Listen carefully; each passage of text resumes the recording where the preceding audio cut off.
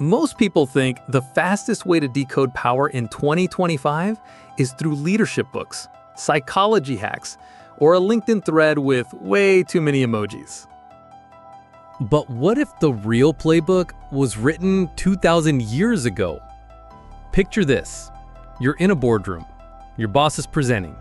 Hands folded, voice steady, confidence on display. Then eye contact slips. A nervous laugh. The room ignores it. But Socrates? He'd spot it instantly. Why? Because his method wasn't about knowing more. It was about asking better. Athens, 5th century BCE. The city was buzzing with Sophists, professional talkers. They sold arguments the way influencers sell online courses today. They looked smart. They sounded brilliant. But truth, not the point. Winning was. Socrates hated it. Instead of lecturing, he fired relentless questions. What do you mean by justice? Why do you believe that? Where's the evidence? It drove people mad. Imagine someone interrupting every slide in your PowerPoint with, "Hold on, define synergy. What do you really mean by that?" Annoying? Absolutely. Effective? Completely. Because questions stripped away the mask of power. Fast forward to 2025. The boardroom looks different. AI dashboards, Zoom calls, corporate jargon that sounds like ChatGPT on too much caffeine. But the dynamics? Identical. Every company has its sophists. One, the manager hiding behind buzzwords, synergy, innovation, holistic transformation. Two, the leader who wins by volume, not clarity. Three, the executive pointing at charts they don't understand, hoping you won't ask. And here's the twist. The higher you go, the more masks you see.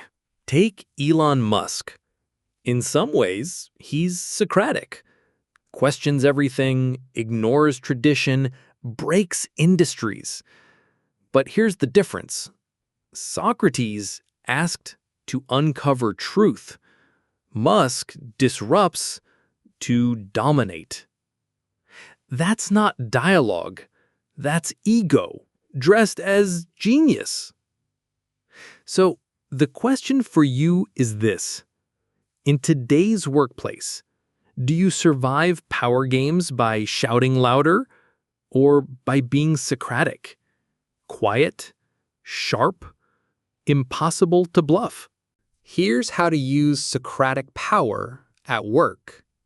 First, read beyond words. Is that you breathing? Words can lie. I can't hear myself. Bodies rarely do. Crossed arms equals defensive.